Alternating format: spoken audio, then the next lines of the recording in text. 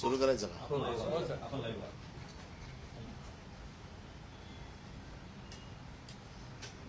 महाराष्ट्राच्या राजकारणात सध्या जे काही चाललंय याचे दररोज आपण साक्षीदार आहात. सर्वसाधारण कोणी माणूस मोठा झाला, त्याच्याकडे चांगले पैसे आले, त्याला नाव मिळालं, त्याला इज्जत मिळाली, एक समाजात त्याचं स्थान निर्माण झालं, तर शक्यतो तो आपल्या आईच्या नावाने, पत्नीच्या नावाने, मुलांच्या नावाने शाळा काढतो, कॉलेज काढतो, हॉस्पिटल काढतो, लोकसेवेचं एक असं साधन उपलब्ध करून देतो. परंतु महाराष्ट्राचे माजी मंत्री, राज्यमंत्री यांनी आपल्या पत्नीच्या नावाने बार काढला आणि त्या बार नुसता बार नसून तो डान्स बार आहे. यावरून त्यांची मानसिकता दिसून येते. कुठल्या मानसिकतेतनं हे काम करतात हे त्याच्या माध्यमातून दिसतंय. विधानसभेच्या शेवटच्या दिवशी मी राज्याचे गृहराज्यमंत्री व महसूल मंत्री यांच्यावरती आरोप केले. हे आरोप हे होते की त्यांच्या मातोश्रीच्या नावाने असलेला जो बार आहे, या बारमध्ये डान्स बार चालवला जात होता, अश्लील नृत्य केलं जात होतं, पैसे उडवले जात होते, हे सगळं त्याच्यामध्ये होत होतं. आणि हे मी सगळी माहितीच्या अधिकारात ही मला मिळालेली आहे. त्यामुळे ही माहिती खोटी असू शकत नाही. या माहितीच्या अधिकारात मिळालेल्या माहितीमध्ये 22 डान्स बार म्हणजे बारबाला, 22 गिराईक, 4 कर्मचारी यांच्यावरती कारवाई केलेली आहे. बारचे नियम तर सगळे तुडवले गेलेलेच आहेत, परंतु याच्या बाबतीत खुलासा करताना माजी मंत्री रामदास कदम यांनी सांगितलं की माझ्या पत्नीच्या नावाने बार आहे, म्हणजे आता त्याच्यात काय डिस्प्यूट राहिला नाही. गृहराज्य मंत्र्याच्या आईच्या नावाने डान्स बार चालतो, तो सुद्धा पोलीस स्टेशनच्या नाकाच्या खाली. हे गृहराज्यमंत्री नवीन मुंबईपर्यंत डान्स बार वरती रेड करायला जातात का? तर अश्लीलता चालते, अश्लीलता पसरवली जाते, अनैतिक धंदा आहे, समाज विघातक कृती आहे, म्हणून हे काय करतात, रेड करतात. हरकत नाही, चांगलं काम करतात. पण स्वतःच्या आईच्या नावाने जो डान्स बार चालतोय त्याच्यावर कोण कारवाई करणार? त्याच्यावर कारवाई झालेली आहे. त्यांनी असं देखील सांगितलं, माझा उल्लेख त्यांनी अर्धवट वकील म्हणून केलेला आहे. त्यांना एक गोष्ट कळली पाहिजे, विधानसभेत मी वकील म्हणून बोलत नाही, विधानसभेत मी आमदार म्हणून बोलतो. पुन्हा ही माझ्या आमदारकीची 4थी टर्म आहे. त्याच्यामुळे विधानसभेचे नियम, विधानसभेचे कायदे मला चांगले माहिती आहेत. त्यामुळे मला त्यांच्या ज्ञानाची किंवा त्यांच्या सर्टिफिकेटची गरज नाही. राहिला प्रश्न, त्यांनी असं सांगितलं की डान्स बार आम्ही चालवत नाही, आम्ही चालवायला दिलेला आहे आणि जो चालवतो त्याच्यावरती जबाबदारी आहे. तर मी आपल्या माहितीसाठी हे कायद्यातल्या तरतुदी आणलेल्या आहेत. Liability of the licensee for the act of a servant, म्हणजे तुमच्या नोकराने किंवा तुम्ही ज्याला प्राधिकृत केलंय त्याने जर एखादं दुष्कृत्य केलं तर त्याची जबाबदारी कोणाकडे? एक नोकरनामा असतो, इकडे ठेवले सगळं, एक नोकरनामा असतो. जर तुमच्या वतीने तुम्ही कोणाशी अग्रीमेंट करा, त्या अग्रीमेंटला काही किंमत नाही, परंतु कुठलाही डान्स बार चालवताना एक नोकरनामा असतो, ज्या नोकरनाम्यामध्ये तुम्हाला त्याची सगळी माहिती भरून द्यावी लागते. हा नोकरनाम्याची कॉपी आहे. आणि ह्या नोकरनाम्यावरती मालकाला सही करावी लागते. या नोकरनाम्यावरती मालकाला सही करावी लागते. आणि एखादी कृत्य तुमच्या वतीने जो प्राधिकृत झालेला आहे त्याने केलं तर त्याची जबाबदारी काय आहे, तर मी तुम्हाला वाचून दाखवतो. Liabilities of the licensee for the act of the servant. The holder of the licence, permit, pass or authorization granted under this act shall be responsible as well as the actual offender for any offense committed by any person in his employee or acting with his express or implied permission on his behalf under the provision of this act, as if he himself has committed the same, unless he shall establish that all due and responsible precautions were exercised by him to prevent the commission of such offense. याचा अर्थ असा आहे की तुमच्या वतीने ज्या कोणी तिकडे प्राधिकृत केलेला असेल, जो काम करत असेल, तो जबाबदार जरी असला तरी हे कृत्य मी केलंय म्हणजे कोणी ज्याच्या नावाने परवाना आहे त्याने असं समजण्यात यावं. अनलेस जर तुम्ही तशी कृत्य करण्यापासून त्याला सगळ्या गोष्टीत परावृत्त करायला तुम्ही सिद्ध केलं तर. म्हणजे त्यांनी सांगितलं ना की आम्हाला कळलं आणि आम्ही डान्स बार बंद करून टाकला, मग त्याच्या अगोदर तर तुम्ही कुठली प्रिकॉशन घेतली नाही. आणि हे जर म्हणत असतील की आम्हाला माहितच नव्हतं, तर ह्या डान्स बारवर जशी 31/5/2025 ला रेड झाली, तशीच रेड 28/5/2023 ला रेड झाली होती. त्याच्यामध्ये गुन्हा हाच आहे. दुसरी रेड 10/8/23 ला झाली होती. म्हणजे 2 रेड ह्याच्या अगोदर या बारवर झालेल्या आहेत आणि याचे पुरावे आहेत. हे माझे कागद नाहीयेत, हे कागद FIR च्या कॉपीज आहेत आणि ह्या सगळ्या राईट ऑफ इन्फॉर्मेशन मध्ये मिळालेली माहिती आहे. खोटी असायचं काही कारणच नाही.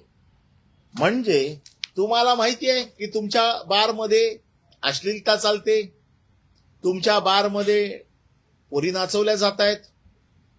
मग हे माहीत असून तुम्ही कुठलीही प्रिकॉशन घेतलेली नाही, तुम्ही हे सिद्ध करू शकत नाही. त्याच्यामुळे तुमची जबाबदारी ही या निमित्ताने सिद्ध होते.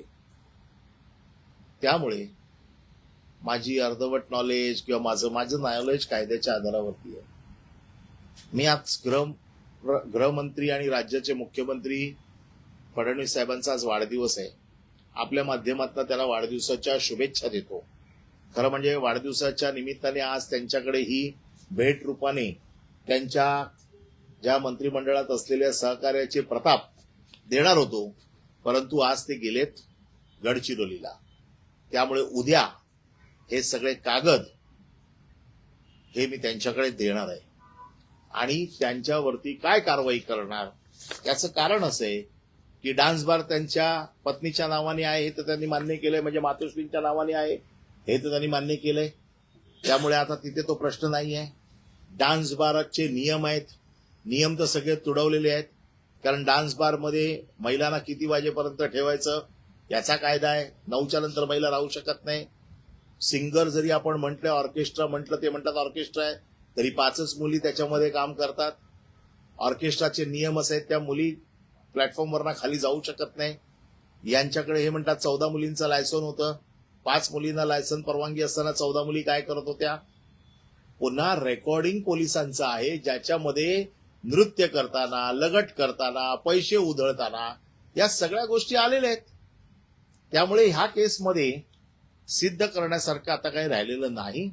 माझी मुख्यमंत्र्यांना विनंती आहे, त्यांनी ताबडतोब कारवाई करावी आणि ही कारवाई जोपर्यंत ते करत नाही, मी प्रत्येक आठवड्याला त्यांना एक स्मरणपत्र देणार आहे.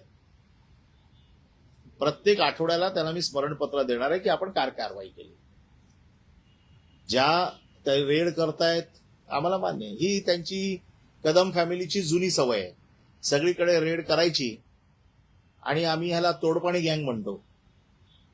म्हणजे त्यांच्या दोन्ही मुलांचे आमच्याकडे भरपूर प्रताप आहेत. हे टप्प्याटप्प्याने आम्ही बाहेर काढू. प्रदूषण मंडळामध्ये किती रेड झाल्या, त्या रेडचं पुढे काय झालं, चाकणमध्ये झालेल्या रेडमध्ये त्यांना अधिकार होता की नाही, या सगळ्या गोष्टी आमच्याकडे आल्या आहेत. त्यांच्या वैधतेचा प्रश्न आहे. आता हळूहळू टप्प्याटप्प्याने सगळ्या गोष्टी घेतोय. हा झाला त्यांच्या डान्स बारच्या अश्लीलतेचा पुरावा. ते म्हणतात ना, माझ्या आईची बदनामी करतायत, माझ्या आईची बदनामी करतायत. अरे लाज वाटायला पाहिजे की आपल्या बायकोच्या नावाने असे प्रकारचे बार उघडून तिकडे मुली नाचवायला. शरम वाटली पाहिजे महाराष्ट्राला. महाराष्ट्राची मान खाली घातली तुम्ही की आपल्या पत्नीच्या नावाने. एवढं तर कळायला पाहिजे होतं की आपल्या पत्नीच्या नावाने हा बार चालतो, त्या बारमध्ये अश्लील डान्स चालतो, त्या बारमध्ये अश्लीलता पसरवली जाते. आणि तुम्ही गृहराज्यमंत्री आहात महाराष्ट्राचे. तुमच्या आईच्या नावाने, आज तुमच्या आईच्या नावाला भट्टा लागला, तुम्हाला लाज वाटते ना? मग अशी कृत्य करता कशाला? त्यामुळे माझं मत असं आहे की मुख्यमंत्र्यांनी यांचा राजीनामा घ्यावा. दुसरा विषय आहे जगबुडी नदीचा. जगबुडी नदीच्या बाबतीमध्ये मी त्या दिवशी आरोप केला होता की 67 किलोमीटरची जगबुडी नदी, या जगबुडी नदीच्या बाबतीत जो गाळ उपसायचा, वाळू उपसायचा हा जो काय उपक्रम आहे, या उपक्रमामध्ये फक्त 100-150 मीटरवरती गाळ उपसला जातो. त्यांनी सांगितलं की तो गाळ कोण घेऊन जात नाही. त्या गाळाला म्हणजे तो गाळ शेतकऱ्यांच्या कडे दिला पाहिजे असा नियम आहे. की गाळ उपसतंय कोण? सरकार आपल्या पैशाने उपसते. तो शेतकऱ्यांकडे दिला पाहिजे. ज्या शेतकऱ्यांना त्याची गरज आहे भराव टाकण्यासाठी, असं आणखीन कुठल्या कामासाठी. वाळू असेल तर तो तुमच्या नवीन नियमाप्रमाणे घर बांधणीसाठी त्याला 5 ब्रास दिले पाहिजे. हा सगळा जो काय मी त्या दिवशी पुरावे दिलेले आहेत, ही सगळी जी वाळू आहे, ही सगळी वाळू ही योगिता डेंटल हॉस्पिटल आहे, जे गृह राज्यमंत्र्याच्या बहिणीच्या नावाने हॉस्पिटल आहे. दातांचं महाविद्यालय, हॉस्पिटल नाही महाविद्यालय आहे. या महाविद्यालयाच्या प्रांगणामध्ये ही वाळू पडलेली आहे. जर ही गाळू कोण घेऊन जात नाही तर ही वाळू तुमच्या प्रांगणात काय करते?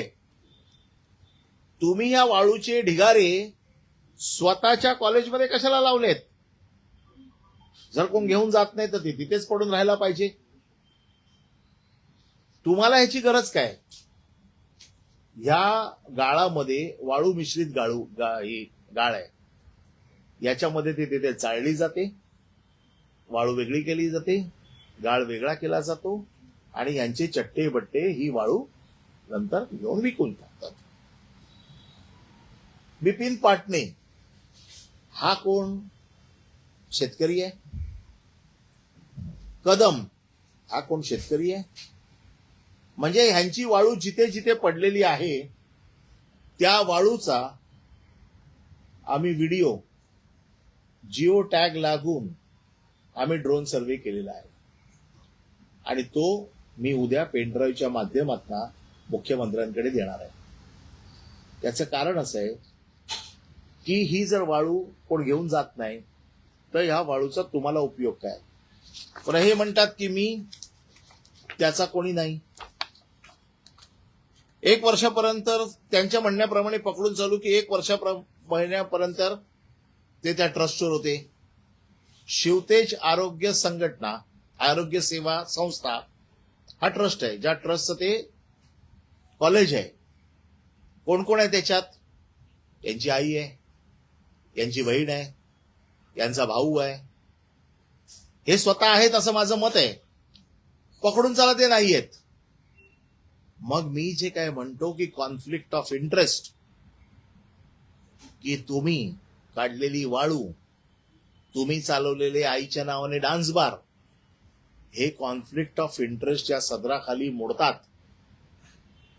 स्वकीयांचं हित म्हणजे कॉन्फ्लिक्ट ऑफ इंटरेस्ट.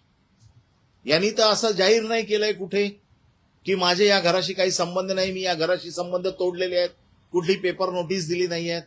किंबहुना कालच त्याच्या वडिलांनी मोठं भाषण केलंय की माझी दोन्ही कशी मुलं कर्तृत्वान निघाली आहेत. ही त्यांची कर्तृत्व आहेत आणि या कर्तृत्वाचा त्याच्या वडिलांना अभिमान आहे. कालच सांगितलेलं आहे. त्याच्यामुळे ते कॉन्फ्लिक्ट ऑफ इंटरेस्ट या सदराखाली मोडतात. दुसरा विषय जो मी सांगितला होता, महाप्रळ नाळा. महाप्रळ नाळ्याचं उत्खनन करण्यासाठी आकिब मुकादम या माणसाने मुख्यमंत्री एकनाथ शिंदेना पत्र लिहिलं की मला हा गाळ काढू द्या. नंतर त्यांनी पालकमंत्री यांना पत्र लिहिलं, उदय सामंतना, की मला गाळ काढू द्या. त्यानंतर योगेश कदम यांनी पत्र दिलं की मला हा गाळ काढू द्या. अख्ख्या महाराष्ट्रात एकाच माणसाला अशा प्रकारे गाळ स्वतःच काढायचा आणि स्वतःच त्याची विल्हेवाट लावायची अशा प्रकारचं काम दिलं गेलं. हे दिलं कोणाच्या आदेशाने? महसूल मंत्र्यांच्या आदेशाने, राज्य महसूल मंत्र्यांच्या आदेशाने. हे दिल्याच्या नंतर जिथे गाळ काढायची परवानगी दिली होती, महादेव नाला नावाचा जो प्रकार आहे, महाप्रळ गाव महादेव नाला, या महादेव नाल्याच्या ऐवजी त्यांनी गाळ काढला कुठे? सावित्री नदीचा. सावित्री नदीचा गाळ काढल्यावरती तो सक्शन पंपने काढला, म्हणून कलेक्टरने त्याच्यावरती बंदी आणली. हे सगळे कागद मी आपल्याकडे उद्या त्यांना सबमिट केल्यावरती देणार आहे. याच्यावरती बंदी आणल्यानंतर आकिब मुकादम हा कोर्टात गेला. कोर्टाची ऑर्डर आहे. कोर्टाने काय सांगितलं? काल त्यांनी सांगितलं ना, कोर्टाच्या आदेशाने वाळू काढत होता. कोर्टाने काय सांगितलं? Due process of law follow करून तुमची ऑर्डर द्या, कारण तुम्ही त्यांना शोकॉज नोटीस दिलेली नाहीये.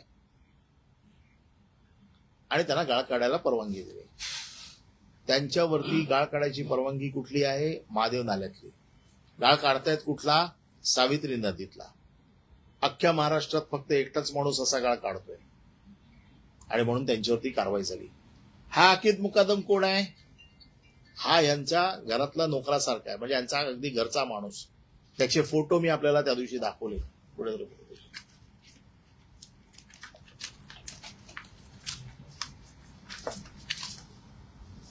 हे फोटो मी तुम्हाला दाखवले की त्यांच्या प्रचारामध्ये, त्यांच्या निवडणुकांमध्ये कशा पद्धतीने काम करत होता. हे सगळे फोटो मी काल विधानसभेत सगळे दाखवले. हा आकिब मुकादम आहे. हा माणूस तिथे रेती उपसतोय. जून 30 तारखेपर्यंत रेती उपसायची परमिशन होती. कुठली? महादेव नाल्याची. उपसतायत कुठे? आता जुलैमध्ये पण चालू होती. काल ही लक्षवेधी लागल्यावरती बंद झाली. काल हा विषय आला ना, आता बंद झाला. तिसरा विषय असा आहे की दगड आणि जांबा याचं उत्खनन होतं. दगड उपसायला, उत्खनन करायला 28 लोकांना, 24 लोकांना परमिशन दिली. जांबा उत्खनन करायला 14 लोकांना परमिशन दिली. ह्या सगळ्या लोकांना जी परमिशन दिली, त्या परमिशनपेक्षा जास्त उत्खनन केलं यांनी. म्हणून कलेक्टरने तहसीलदारांना सांगितलं की आपण रिपोर्ट करा. त्या रिपोर्टमध्ये आलेलं आहे की उत्खनन जास्त झालंय. एटीएस मशीनच्या माध्यमातूनही मोजणी झाली. म्हणजे एटीएस मशीनने मोजणी तेव्हाच होते जी अक्युरेट पद्धतीने करायची असेल. लगेच महसूल मंत्र्यांनी त्याच्यात, महसूल राज्यमंत्र्यांनी त्याच्यात हस्तक्षेप केला आणि सांगितलं फेरमोजणी करा. कारण त्यावेळेला ते माणसं तिकडे हजर नव्हती. आता फेर मोजणी झालेली आहे त्याची. प्रचंड करोडो रुपयाची रॉयल्टी ही शासनाची बुडवलेली आहे. करोडो रुपयाची. मी तुम्हाला सगळे कागदपत्र एक एक लावून देतो. हे सगळे माझ्याकडे आहेत. मी तुम्हाला एक सेट त्याचा उद्या मुख्यमंत्र्यांना दिला की तुमच्याकडे देणार आहे. करोडो रुपयाची रॉयल्टी लावली आहे, नुकसान केलेलं आहे. हे 18 आणि 24 लोक जे आहेत हे यांचे कार्यकर्ते आहेत खास. आणि त्यांनी जे उत्खनन केलेलं आहे या उत्खननाने शासनाचं करोड रुपयाचं नुकसान झालेलं आहे. आता हे नुकसान झालेलं आहे तर त्याचा अहवाल आला पाहिजे बाहेर की किती अवैध दगड उचललाय, किती जांबा अवैध उचललाय. अजूनही त्याचा रिपोर्ट येत नाही. कारण त्याचं असं आहे की राज्यमंत्र्याचा त्याच्यावरती दबाव आहे. आणि म्हणून मी मुख्यमंत्र्यांना आणि महसूल मंत्र्यांना, मी आठवत असेल तर पहिल्याच दिवशी प्रश्नोत्तर दादा केचे यांच्या प्रश्नाच्या वेळेला सांगितलं होतं की मी कागदपत्रांसकट आपल्यावरती पुरावा देणार आहे. जे पुरावे मी दिले आहेत. आता माझं आव्हान आहे रामदास कदमना आणि योगेश कदमना, तुमच्यात हिंमत असेल माझ्यावरती अब्रू नुकसानीचा दावा लावा. तुमच्यावरती हिंमत असेल माझ्यावरती हक्कभंग आणा आणि मला व्यासपीठ उपलब्ध करून द्या. त्याचं कारण असं आहे की जर मुख्यमंत्र्यांनी यांच्यावर कारवाई केली नाही तर मी स्वतः कोर्टात जाणार आहे. त्यांनी माझा आमदार म्हणून नॉलेज बघितलंय. जे अर्धवट म्हणतात ना मला वकील, ते वकील म्हणून माझं पूर्ण ज्ञान मला जे दाखवायचंय ते मी कोर्टात दाखवेन. आणि कुठल्याही परिस्थितीमध्ये महाराष्ट्र सरकारची अब्रू जर मुख्यमंत्र्यांना वाचवायची असेल तर मुख्यमंत्री या गृह राज्यमंत्र्याचा राजीनामा घेतील आणि अब्रू जाण्यापासून सरकारला वाचवतील असं मला वाटतं. आज त्यांना वाढदिवसाच्या शुभेच्छा देतो आणि या वाढदिवसाच्या निमित्ताने त्यांनी सद्बुद्धीचा वापर करून या आपल्या सगळ्या मंत्र्यांना आवर घालावा अशी आज त्यांना वाढदिवसाच्या निमित्ताने त्यांना आज विनंती करतो. आज अजितदादा पवार यांचा देखील वाढदिवस आहे. त्यांना देखील मी शुभेच्छा देतो. अजितदादा पवार त्या दिवशी सभागृहात हजर होते. त्यांच्या कडक स्वभावाचा मी साक्षीदार आहे. असल्या गोष्टी ते खपवून घेणार नाहीत. काल सूरज चव्हाणचा त्यांनी ताबडतोब राजीनामा घेतला. अशा गोष्टी अजितदादांच्याही पचनी पडणार नाहीत. अजितदादांना देखील मी वाढदिवसाच्या शुभेच्छा देताना अशा गोष्टी तुम्ही मान्य करू नका. एकनाथ शिंदेकडनं माझी काही अपेक्षा नाहीये. कारण त्यांना त्यांचा राजीनामा घेणं परवडणार नाही आणि ते घेऊ शकत नाही असा माझा अभ्यास आहे. त्यामुळे ह्या दोन्ही मुख्यमंत्र्यांना आणि उपमुख्यमंत्र्यांना वाढदिवसाच्या शुभेच्छा देताना त्यांच्या महसूल राज्यमंत्र्याच्या राजीनाम्याची मागणी मी आज करत आहे. धन्यवाद. या तीन वेगवेगळ्या केसेस आहेत आणि त्या तिन्हीचे उद्याच एकाच दिवशी तुम्ही पुरावे मत देणार, मुख्यमंत्र्यांकडे देणार. कारण आज मुख्यमंत्री नाही आहेत. मुख्यमंत्र्यांकडे कागदपत्र, सरकारी कागदपत्र, सरकारच्या ऑर्डर्स, कायद्याचे नियम, ड्रोन सर्व्हे केलेले माझे पेनड्राईव्ह, हे सगळे उद्या मुख्यमंत्र्यांकडे दिले जातील. ज्या बार संदर्भात आपण उल्लेख केला आहे संदर्भात मी सांगितले की संबंधित जो मालक आहे त्याच्यावर देखील कारवाई व्हायला पाहिजे. म्हणजे राज्यमंत्र्यांच्या आईवर कारवाई व्हायला पाहिजे असं तुम्हाला खरं म्हणजे त्या माऊलीचा काय दोष आहे असं मला वाटत नाही. परंतु ह्यांना अक्कल असायला पाहिजे, ह्यांना कळलं पाहिजे की कोणाच्या नावाने असे धंदे करायचे. दुर्दैव आहे. त्यांच्या माऊलीवरती, त्या माऊलीवरती काही कारवाई व्हावी असं कोणालाही मनापासून वाटणार नाही. कारण त्यांचा याच्याशी काही संबंध असेल मला वाटत नाही. परंतु हे जे पितापुत्र आहेत पराक्रमी, यांना तर अक्कल शिकवावीच लागेल, धडा शिकवावाच लागेल. कारण ह्यांना सत्तेचा महाज आलाय. आमचं कोण काही वाकडं करू शकत नाही. या उन्मादामध्ये ते वागतायत. ज्या पद्धतीची दादागिरी, ज्या पद्धतीची खंडणीबाजी, ज्या पद्धतीची वसुली महाराष्ट्रात चालू आहे, ह्याला कुठेतरी वेसण घातलंच पाहिजे मुख्यमंत्र्यांनी. आणि मुख्यमंत्र्यांना सगळं माहिती आहे. मी आता एक एक केसेस ज्या पद्धतीने सांगत जाईन या मुख्यमंत्र्यांकडे ऑलरेडी पोहोचलेले आहेत. माझ्या माहितीप्रमाणे मुख्यमंत्र्यांनी खासगीत बोलवून दम पण दिलाय. कारण ज्यांच्याकडे खंडणी मागितली गेली असे बरेच लोक मुख्यमंत्र्यांच्या ओळखीचे आहेत. त्यांनी मुख्यमंत्र्यांकडे जाऊन तक्रारी केल्यात अशी माझी माहिती आहे. कदाचित खरी असेल खोटी असेल मला माहित नाही, पण ही माहिती आहे. ज्याचा पुरावा आहे त्याचा पुरावा मी तुमच्या समोर दिला. जी माहिती आहे त्याचा पुरावा ज्या वेळेला माझ्या समोर येईल, काही पुरावे आलेले आहेत, काही पुरावे येतील, तसे मी आपल्याला टप्प्याटप्प्याने सादर करत जाईन. या प्रकरणामध्ये एक असं आहे की ज्यावेळेस गृह राज्यमंत्री योगेश कदम यांनी पनवेलमध्ये काही डान्स बारवर कारवाई केली आणि त्याच्या बातम्याही सगळ्या पेपरमध्ये आल्या, त्याच्यानंतर काही काळातच त्यांच्या या जे त्यांच्या मातोश्रींच्या नावे असलेल्या बारवर कारवाई होती. जेव्हा पनवेलमध्ये कारवाई होते, समाजसेवा शाखेतर्फे ती कारवाई झाली. योगेश कदमांच्या संबंधित या बारवर कारवाई होते, तेव्हा क्राईम ब्रांच युनिट आणि समतानगर पोलीस स्टेशन कारवाई करते. तर तुम्हाला याच्यामध्ये काही राजकारण वाटतं का, की नाही, मला पनवेल मधली कारवाई आणि लगेचच मी झालेली- तो योगेश कदमांचा इंटरव्ह्यू ऐकला नवीन मुंबईतल्या रेडच्या नंतरचा. त्याच्यात त्यांनी सांगितलं की होय, मी पुढाकार घेऊन ती करायला लावली आणि असलं कुठलंही कृत्य मी होऊ देणार नाही. जर तुम्हाला काय नैतिक अधिकार आहे हे बोलायचा? तुमच्या आईच्या नावाने चाललेल्या डान्स बार मध्ये मुली नाचतायत आणि तुम्ही दुसऱ्या बारवरती जाऊन कारवाई करताय. कारवाई मी तर सरकारमध्ये नाहीये. कारवाई काय आम्ही सांगून कोण करणार नाहीये. त्याच्यामुळे आमच्या राजकारणाचा भागच नाहीये. मला कळल्यावरती मी राईट ऑफ इन्फॉर्मेशन मध्ये माहिती मागितली, राईट ऑफ इन्फॉर्मेशन मध्ये माहिती आली. आता राजकारण असेल तर त्यांचं अंतर्गत राजकारण काय असेल ते त्यांना लख लाभो. परंतु जर मला एखाद्या गोष्टीवरती आक्षेप आहे की डान्स बार चालू देणार नाही असं मी म्हणतोय आणि माझ्या आईच्या नावाने डान्स बार चालतोय, जो सिद्ध झालाय रेडमध्ये, तो एकदा नाही 2023 मध्ये देखील एकनाथ शिंदेच मुख्यमंत्री होते. एकनाथ शिंदे मुख्यमंत्री असताना देखील त्या डान्स बारवरती 2दा कारवाई झाली आहे. याला तुम्ही राजकारण म्हणाल? पोलिसांनी रुटीनमध्ये केलेली कारवाई आहे ती.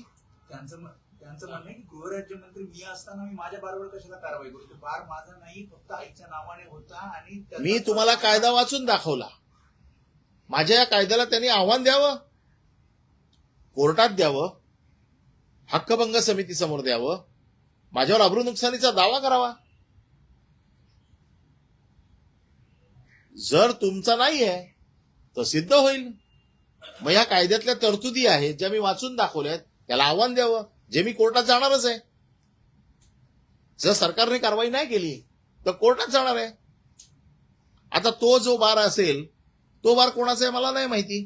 तो बार त्याने कोणाला चालवायला दिलाय मला नाही माहिती.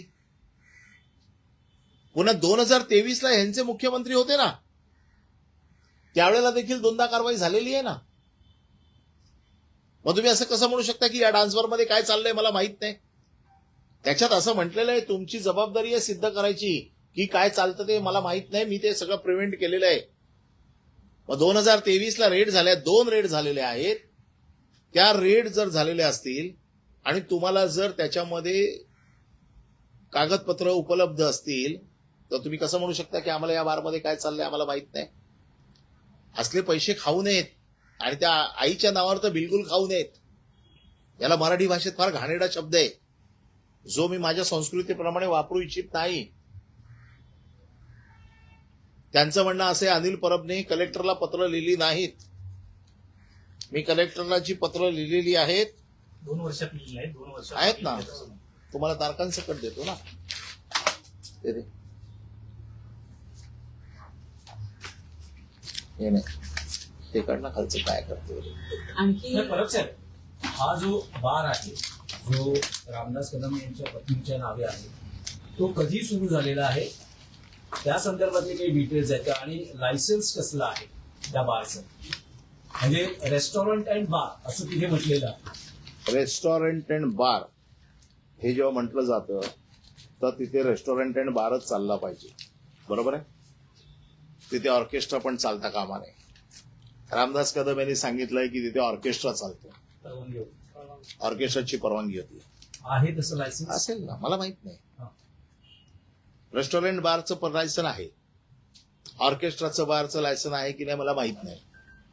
ऑर्केस्ट्राच्या बारचं लायसन असेल तर ऑर्केस्ट्रा चालला पाहिजे. ऑर्केस्ट्राच्या बारच्या लायसनच्या नावाखाली डान्स बार चालता कामा नये. इथे डान्स बार चालू आहे आणि पोलिसांनी तो रेकॉर्ड केलेला आहे आणि पंचनाम्यामध्ये लिहून आलेलं आहे की मुली नाचताना पकडल्या, विभत्स हातवार करताना पकडल्या, गिरायकाशी लगड करताना पकडल्या. हे पंचनाम्यामध्ये आलंय. हे काय माझं स्टेटमेंट नाहीये, हे स्टेटमेंट आहे पोलिसांचं, हे स्टेटमेंट आहे पंचनाम्याचं, हे माझं नाही. त्यामुळे डान्स बारची परमिशन, डान्स बारला तर परमिशनच नाहीये. परमिशन ऑर्केस्ट्राला आहे. ऑर्केस्ट्राचं परमिशन जरी असलं, असं एक क्षण पकडून चालू, ऑर्केस्ट्राचं परमिशन आहे, तरी देखील तिथे डान्स बार चालवता येत नाही. नाही, हा बार कधी सुरू झाला याच्या बाबतीत काही- हा बार कधी सुरू झाला मला माहित नाही, मी त्याची माहितीच घेतलेली नाहीये. हा बार कधी अगोदर चालू झाला असेल, त्यावेळेला कदाचित तो रेस्टॉरंट अँड बार असेल. रेस्टॉरंट अँड बार चालवायला कोणाचीच काही हरकत नाहीये.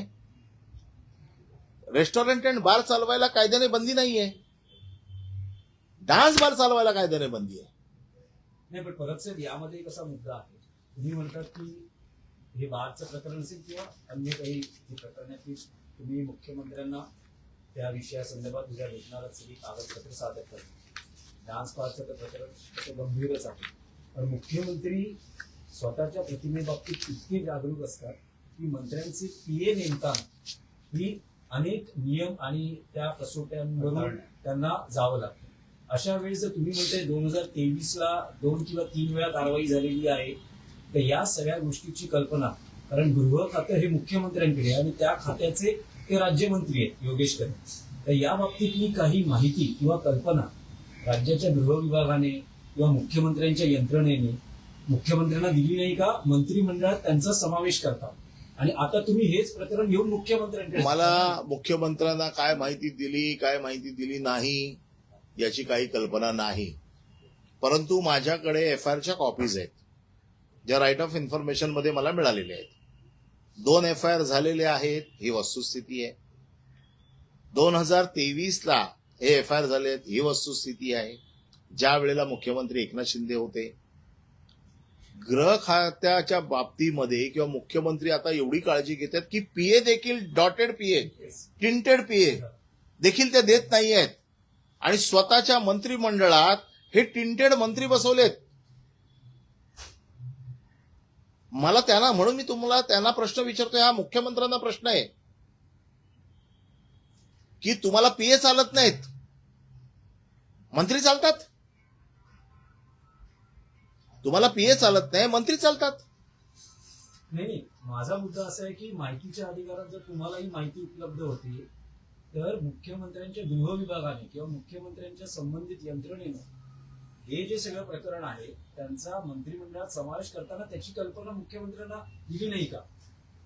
याच्या बाबतीत मी कसं उत्तर देऊ? याच्या बाबतीत मुख्यमंत्रीच उत्तर देतील ना.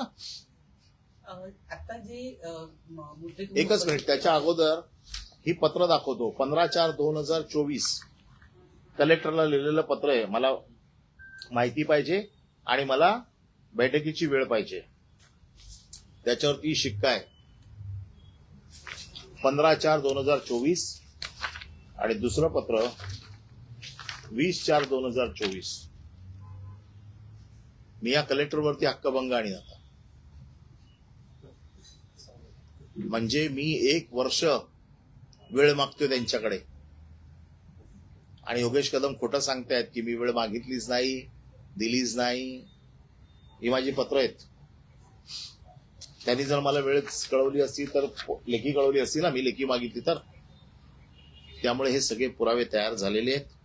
हे सगळे पुरावे कंपाईल करून मी उद्या मुख्यमंत्र्यांकडे देणार आहे आणि ते दिल्याच्या नंतर याच्यावरती मुख्यमंत्री काय कारवाई करतात ते मला बघायचंय. मुख्यमंत्र्यांनी जर कारवाई केली नाही तर मी प्रत्येक आठवड्याला त्यांना एक स्मरणपत्र देणार आहे. मला माहिती आहे त्यांची स्मरणशक्ती फार तल्लख आहे, ते कुठली गोष्ट विसरत नाही असं म्हणतात. मी मागितलेल्या कारवाईचं त्यांनी नाकारावं की आम्ही काही कारवाई करणार नाही तरी चालेल. मला हे कळेल मला की मुख्यमंत्र्यांना अशी माणसं चालतात का. मग मी जनतेच्या न्यायालयात जाईन किंवा न्यायालयात जाईन. न्यायालयाचे दरवाजे तर माझ्यासाठी मोकळे आहेत. परंतु फार गंभीर प्रकरण आहे. कदाचित कोकाटेंचा नवीन विषय आल्यामुळे यांची फाईल थोडी खाली गेली आहे. आज ते फार खुश असतील की ही फाईल खाली गेल्यामुळे, परंतु ह्याच्यातनं त्यांची सुटका नाही. कारण अशा वेगवेगळ्या फाईल या जमा होत आहेत आणि टप्प्याटप्प्याने आपल्याकडे त्या मी घेऊन येईन. मुख्यमंत्र्यांकडे मी त्या घेऊन जाईन. कोकाटेंचा विषय कारवाई निघाल्याच्या यामध्ये विषयात अपेक्षित कोकाटेंनी आहे. पुन्हा एकदा वादग्रस्त विधान केलंय. ते मला सांगा. कोणती कारवाई अपेक्षित आहे? तुम्ही कॉन्फ्लिक्ट ऑफ इंटरेस्ट सांगितलं, त्यानंतर ज्या पद्धतीनं ती वाळू उचलली जाते त्या ह्या सगळ्यांच्या अंतर्गत कुठली कारवाई अगदी अपेक्षित? पहिली कारवाई अतिशय स्पष्ट आहे. कॉन्फ्लिक्ट ऑफ इंटरेस्ट किंवा हाऊस ऑफ प्रॉफिट असं ज्या वेळेला होतं त्यावेळेला त्या मंत्र्याचा राजीनामा घेतला जातो. नंबर 1 ची कारवाई ही आहे जी महाराष्ट्राला अपेक्षित आहे, जी आम्हाला अपेक्षित आहे. कागद काळे केले जातील, काही लोकांवरती गुन्हे दाखल केले जातील, त्या बारच्या मालकावरती जो कोण चालवणार आहे त्याच्यावर गुन्हा दाखल केला जाईल, त्यांच्या काही लोकांना अरेस्ट दाखवली जाईल. परंतु ज्याला जो जबाबदार आहे, ज्याच्या पर्सनल इंटरेस्ट स्वकीयांचे हितसंबंध ज्याला कॉन्फ्लिक्ट ऑफ इंटरेस्ट म्हणतात, जे सिद्ध झालेले आहेत त्याच्यामध्ये यांच्या राजीनाम्याचीच कारवाई आम्हाला अपेक्षित आहे. सर तुम्ही आता अंजली दमन यांनी पण आता पत्रकार परिषद घेत गृहराज्यमंत्र्यांच्या राजीनाम्याची मागणी केली आणि जिथे बार होतं ते आता तिथे चाललेत, कारण त्यांना जी एफआयआर मिळाली पोलीस स्टेशनकडून त्यामध्ये 22 मुलींना पकडण्यात आलेले आणि 5 ते 6 मुलीची काहीतरी परवानगी असते, तर ते तिकडे जाऊन आता ती सगळी हे मी तर अगोदरच दिलं ना आपल्याकडे. आता माझं चला ठीक आहे, राजकीय भांडण आहे त्यांच्याशी, ते म्हणतात ना कदम फॅमिलीची बदनामी करण्यासाठी. अंजली दमानी यांचं त्यांचं काय राजकीय भांडण आहे? त्या नैतिकतेसाठी लढतायत, त्यांचं काय राजकीय भांडण नाहीये. अंजली दमानी राजीनामा मागतायत आणि मी राजीनामा मागतोय, तर मी राजकीय हेतूने प्रेरित होऊन मागतोय. अंजली दमानी कशाला मागतायत? हा नैतिकतेचा विषय आहे, त्यामुळे त्यांना राजीनामा द्यावाच लागेल. सर माणिकराव कोकाटेने आता पुन्हा एकदा वादग्रस्त विधान केलंय. ते म्हणाले की सरकार भिकारी आहे, शेतकरी नाही, कारण सरकार शेतकऱ्यांकडून 1 रुपया घेत.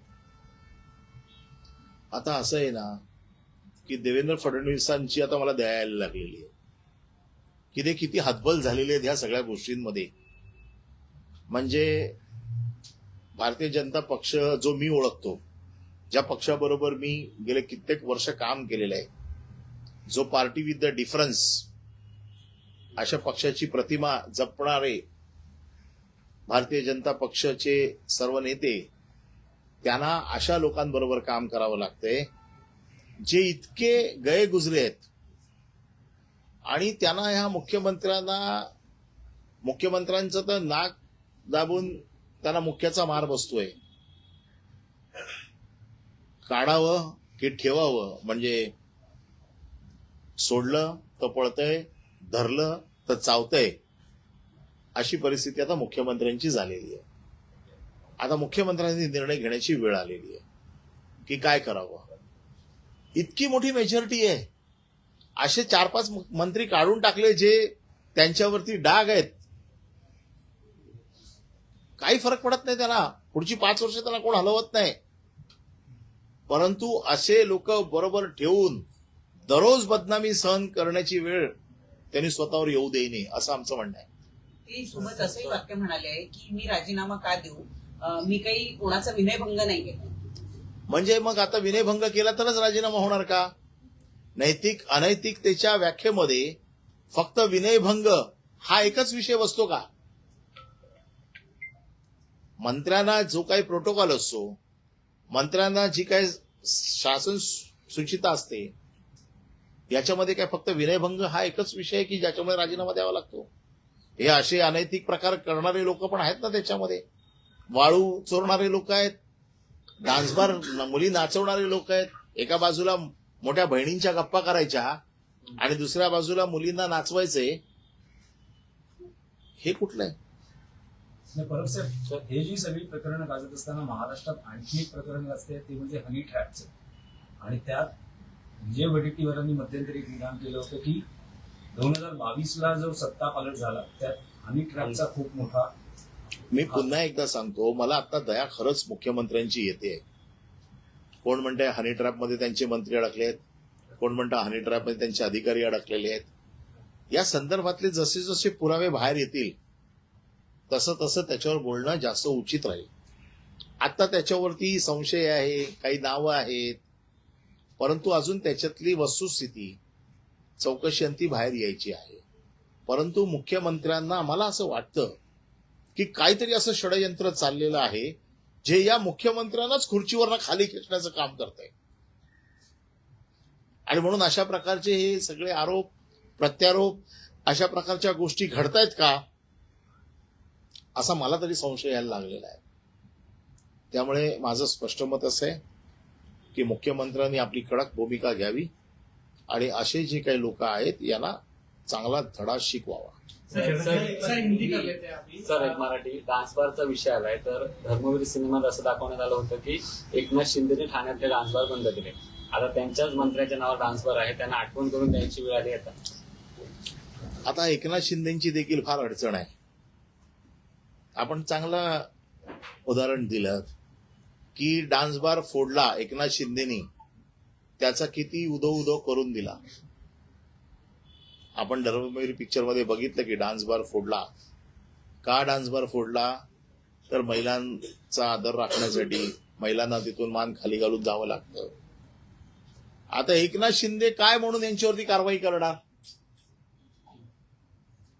ज्या एकनाथ शिंदेचा धर्मवीर मध्ये जो काय उल्लेख केला गेला आणि डान्स बारचे जे काय पिक्चराइज केलं गेलं, आता माझी अपेक्षा आहे की एकनाथ शिंदेने देखील या कारवाईला समर्थन दिलं पाहिजे. आता ते डान्स बार फोडू शकत नाहीत स्वतः, पण किमान उपमुख्यमंत्री म्हणून कारवाईचे आदेश तर देऊ शकतात. सर एक बार हिंदी में जानना चाहेंगे, योगेश कदम पर आपने जब असेंबली शुरू की तब आपने आरोप किए थे कि डांस बार चलाया जा रहा है कदम फैमिली की ओर से, उसके ऊपर उन्होंने भी स्पष्टीकरण दिया. अब इस मामले में क्या कुछ जानकारी सामने आई है, आगे की क्या भूमिका रहेगी? मैंने सदन के आखिरी दिन में योगेश कदम जो इस राज्य के गृह राज्य मंत्री है, महसूल राज्य मंत्री है, इनके ऊपर आरोप लगाए थे कि इनके मां के नाम से एक रेस्टोरेंट एंड बार है, जिस बार में 30 मई 2025 को रेड हो गई. मुंबई पुलिस और क्राइम ब्रांच यूनिट नंबर 12 ने ये रेड की, जिसकी एफआईआर की कॉपी मुझे राइट ऑफ इंफॉर्मेशन के तहत मिली, जिसमें 22 बारबालाए, 22 गिराइक, 4 स्टाफ ऐसे लोग मिले जिसकी वीडियो शूटिंग हो चुकी है, जिसमें बारबालाए नाच रही है, अश्लीलता का काम वहां पर हो रहा है. ये उनके ऊपर आरोप है. रामदास कदम इन्होंने कहा कि ये डांस बार मेरे पत्नी के नाम पे है, बार मेरे पत्नी के नाम पे है. बार चलाने में, रेस्टोरेंट एंड बार चलाने में कोई तकलीफ नहीं, लेकिन रेस्टोरेंट एंड बार के नाम पे डांस बार चलाना ये अनैतिकता है. और वो उनके कहना ऐसा था कि वो मेरे किसी नौकर ने या मैनेजर ने या जिसको मैंने चलाने दिया उसने ये किया है. मैंने कानून की इस धारा को आपके सामने रखा है, जिस धारा में ये कहा जाता है कि आपके नौकर ने या आपने जिसको भी ऑथोराइज किया है उसने कोई अगर मिसकॉन्डक्ट किया तो उसकी जिम्मेदारी आपके ऊपर है. अगर आप ये प्रूव कर सकते हैं कि आपने सभी शर्तों को, नियमों को बंधन में रखा है, तो आपके ऊपर जिम्मेदारी नहीं है. मेरा यह कहना है कि 2023 में इस बार के ऊपर 2 बार रेड हो गई है. जब इस बार के रेड हो गई तब इनका ही शासन था, मुख्यमंत्री एकनाथ शिंदे जी थे. तो ये नहीं कह सकते कि इनको मालूम नहीं है कि यहां पर डांस बार चल रहा है. तो इनको बचने का कोई अभी इसमें उम्मीद नहीं है. इसलिए मैंने मुख्यमंत्री से कल या आज उनका जन्मदिन है, मैं उनको हार्दिक बधाई देता हूं जन्मदिन की, और उनसे ये कार्रवाई की मांग करता हूं कि ऐसे अनधिकृत कामों के लिए अगर मंत्री पद का उपयोग किया जाता है तो इसमें कॉन्फ्लिक्ट ऑफ इंटरेस्ट है. मैं जिस खाते का मंत्री हूं उसी खाते के धंधे को अगर मेरे निकटवर्तियों को उसका अगर लाभ मिलता है तो वो कॉन्फ्लिक्ट ऑफ इंटरेस्ट होता है, जिसके तहत उन्होंने रेजिग्नेशन देना चाहिए. योगेश कदम ने कल प्रेस कॉन्फ्रेंस में ये कहा कि मेरे जितने भी लोग हैं, अनिल परब जिन पर आरोप भी कर रहे हैं, वो हाईकोर्ट की परमिशन लेकर, चाहे वो रिक्की का काम हो या बाकी के काम कर रहे हैं, और अगर ये साबित होता है कि मेरा इन्वॉल्वमेंट है तो मैं इंक्वायरी में सामने जाऊंगा. मेरा यही कहना है, जो हाईकोर्ट की ऑर्डर है मेरे पास में है, मैंने पढ़ी हुई है. हाईकोर्ट ने ये ऑर्डर दी है, जो अकीब मुकादम को जो रेती खींचने का काम दिया था, जिसको जहां पर दिया था वो जगह को छोड़ के दूसरे जगह से कर रहा है. नंबर 1. दूसरा, जब उसने ज्यादा खिंचाई की तब कलेक्टर ने वो बंद कर दिया था. उस बंद करने के ऑर्डर को उसको चैलेंज कर दिया गया, जिसमें कोर्ट ने यह कहा कि आपने उसको शो कॉज नोटिस देनी चाहिए थी और बाद में बंद करना चाहिए था, इसलिए वो रिस्टोर कर दिया गया। उसको गलत जगह पे खिंचाई की परमिशन नहीं थी। आज गवर्नमेंट का रिपोर्ट है, उसके ऊपर एफआईआर हुआ है कि गलत जगह पे गलत तरीके से जो रेती खींची गई, सक्शन पंप से खींची गई, इसलिए उसके ऊपर एफआईआर हुआ है। एफआईआर को चैलेंज नहीं हुआ है। दूसरी बात, जिस तरह से उसने उसको खिंचाई है उसमें गवर्नमेंट का रिपोर्ट है कि जहां की परमिशन दी है वहां की वो रेती नहीं है, ये अलग जगह की रेती है। और ये आदमी जो है वो योगेश कदम का क्लोज रिलेटिव है। क्लोज उसके रिलेटिव मतलब क्लोज कार्यकर्ता है, जो योगेश कदम के हर कार्यक्रम में, योगेश कदम के हर प्रोग्राम में वो वहां पर हाजिर होता है। आप अगर खेड़ में जाओगे और पूछोगे तो आपको 1 मिनट में पता चलेगा कि ये आदमी कौन है। एग्रीकल्चर मिनिस्टर का जो मुद्दा सामने आ रहा है, सुप्रिया सुले भी जो है आज शिवराज सिंह चौहान से मिली यूनियन मिनिस्टर से, उन्होंने इस्तीफे की मांग की। किस तरह से इस पूरे मुद्दे को आप देख रहे हैं और क्या फडणवीस सीरियस नहीं लग रहे इस मुद्दे को? आज मुख्यमंत्री साहब का बर्थडे है, अजित दादा का भी आज बर्थडे है। मैं इन दोनों से दरख्वास्त करता हूं कि ऐसे टिंटेड लोगों को साथ में मत रखो जो सरकार की बदनामी कर रहे हैं। इनका रेजिग्नेशन लेके अपनी जो छवि जो बनानी है वो अपनी छवि अच्छी तरह से बनाए। वाइस प्रेसिडेंट ने इस्तीफा दे दिया अचानक से मिड टर्म में ही, इसको लेकर शिवसेना यूबीटी किस तरह से देखती है कि इसके पीछे भी कुछ बीजेपी का? नहीं, मैं अभी सिर्फ सावित्री नदी को देख रहा हूँ, महापौर नादा को देख रहा हूँ और डांस बार को देख रहा हूँ। और दिल्ली अभी देखना, वो दिल्ली के लोग जो बैठे वो देख लेंगे उसको। पण जर ते बिहारमध्ये जे वोट व्हेरिफिकेशनचं सध्या सुरू आहे त्याच्यावरून विरोधक आक्रमक झाले आणि उद्या त्यांनी पायऱ्यांवर आंदोलन करण्याचं सुद्धा ठरवलेलं आहे। बिहारमध्ये आता जे वोटर लिस्ट व्हेरिफिकेशनच्या नावावर जे काही सुरू आहे त्यांनी महाराष्ट्रासारखं चित्र तिथे सुद्धा तयार होईल अशी भीती. बघा, निवडणूक आयोग या सरकारचा चपरासी झालेला आहे, त्यामुळे निवडणूक आयोगाकडनं काय आता अपेक्षा नाही आहे। प्रत्येक कृती जी भारतीय जनता पक्षाला जिंकवून देऊ शकते, मग ती कृती योग्य असो अयोग्य असो, त्याचा वापर भारतीय जनता पक्ष करते। म्हणून महाराष्ट्रात जे केलं ते आता बिहारमध्ये पण करतील। त्यांना एवढा मोठा जगातला पक्ष आहे, का घाबरतायत? आमचं नेहमी परत परत तेच म्हणणं आहे की तुम्ही जगातला सगळ्यात मोठा पक्ष म्हणून स्वतःला तुमची ओळख आहे असं तुम्ही म्हणताय, मग ह्या सगळ्या चुकीच्या गोष्टी का करताय जिंकण्यासाठी? लोक फोडायची। काल ईडीला सर्वोच्च न्यायालयाने इतका झापडलाय की महाराष्ट्राचा अनुभव आम्हाला आहे, महाराष्ट्राचा अनुभवाच्या वरनं मी जर काही स्टेटमेंट्स केल्या तर तुम्हाला त्रासदायक होतील। म्हणजे सर्वोच्च न्यायालयाचे सर्वोच्च जज देखील यांच्या कृतीबद्दल साशंक आहेत, त्यावरनं आपण लक्षात घ्या की यांची काय परिस्थिती आहे। सर, कल जो है बंगलादेश का जो खबर आई उसको लेकर आप क्या कहेंगे? क्या सरकार का ये बड़ा फेलियर, इतने सालों से केस चल रहा था लेकिन क्या जो सही में एक्यूज थे उनको पकड़ा नहीं गया? और नहीं, इसमें 2 चीजें देखनी होगी कि देखो, एक तो पहले इन्वेस्टिगेशन किस तरह से हुआ, इन्वेस्टिगेशंस में कुछ अगर कमियां है, नंबर 1 इसलिए वो छूटे होंगे। नंबर 2, हम उस चीज को सही ढंग से पेश नहीं कर पाए होंगे। तो ये सब देखना होगा, उसको स्टडी करनी होगी कि किस जगह पे हमारी कमियां रह गई जिस वजह से बॉम्ब ब्लास्ट में के आरोपी छूटे। ये बहुत सीरियस चीज है कि अगर बॉम्ब ब्लास्ट में के आरोपी छूट सकते हैं तो कोई भी केस के आरोपी छूट सकते हैं। और जिस बॉम्ब ब्लास्ट को सरकार ने सीरियसली लिया तो उसको आखिर तक लेके जाने की जिम्मेदारी ये सरकार की होती है। इस चीज को बहुत सीरियसली लेना चाहिए। जहां पर कमियां हैं उसके ऊपर अच्छे पैनलिस्ट बिठाने चाहिए, बड़े सीनियर काउंसिल उसमें बिठाने चाहिए और हाई कोर्ट में ये देखना चाहिए कि ये डिसीजन जो है वो रिवर्स हो जाए और जो आरोपी थे उनको सजा हो जाए।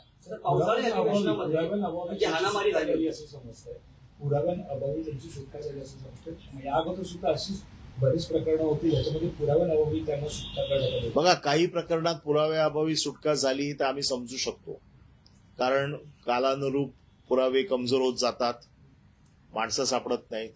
परंतु बॉम्ब ब्लास्ट सारखी केस आहे ज्याच्यामध्ये लोकांचा बळी जातो, ज्याच्यामध्ये शत्रू राष्ट्र इन्व्हॉल्व आहे, ही केस एवढी सोपी नाहीये. बॉम्ब ब्लास्ट ज्या वेळेला होतो त्यावेळेला काय फक्त लोकल संघटना नसतात, त्याला अतिरेकी असतात त्याच्यामध्ये, त्याच्यात दुसरं राष्ट्र आपल्या देशाची अस्थिरता करत असतं. आणि अशा प्रकरणामध्ये पुरावे, कुठले पुरावे आपण देऊ शकलो नाही, मांडू शकलो नाही, त्याचा अभ्यास करून आपल्याला ते पुरावे पुन्हा हायकोर्टात मांडता येतील का, किंवा त्याच्यावरती पुन्हा लाईट टाकून कोर्टाचं डिसिजन आपण आपल्या बाजूने घेऊ शकतो का, याच्यासाठी पूर्ण अभ्यास करून आपल्याला पूर्ण तयारीनिशी ती केस परत लढावी लागेल. तर पावसाळी अधिवेशनामध्ये जे कार्यकर्ते हाणामारी झाली होती त्यांना काल जामीन मिळाला. पडळकरांचे जे कार्यकर्ते होते त्यांना जामीन मिळाल्यानंतर त्यांची विजय मिरवणूक सारखे काढण्यात ढोल ताशे वाजवत आहेत. परत मी मुख्यमंत्र्यांवरती येतो की ह्या सगळ्या गोष्टींना मुख्यमंत्र्यांचं समर्थन आहे का, की अशी मारामारी करायची, त्यांना जामीन झाल्यावरती त्यांची विजय मिरवणूक काढायची, तुम्ही कशाला प्रोत्साहन देताय? हे सगळे लोक, मला परत परत शंका येते की हे मुख्यमंत्र्यांना घरी बसवायचा कार्यक्रम तर नाही ना. आणि म्हणून अशा गोष्टींचा महाराष्ट्राने कधी अशा गोष्टी बघितल्या नव्हत्या ज्या महाराष्ट्र आता बघतोय. लोकांनी तुम्हाला राक्षसी बहुमत दिलेलं आहे का, आता चांगलं काम करावं, तर आता सत्तेचा उन्माद दिसतोय. मला असं वाटतं मुख्यमंत्र्यांनी फार गंभीरपणे आज त्यांच्या वाढत्या वयाचा विचार करून त्यांनी ह्या प्रकरण फार गंभीरपणे घेतलं पाहिजे असं मला वाटतं. कारण वाढदिवस म्हणजे वय वाढत जातं ना.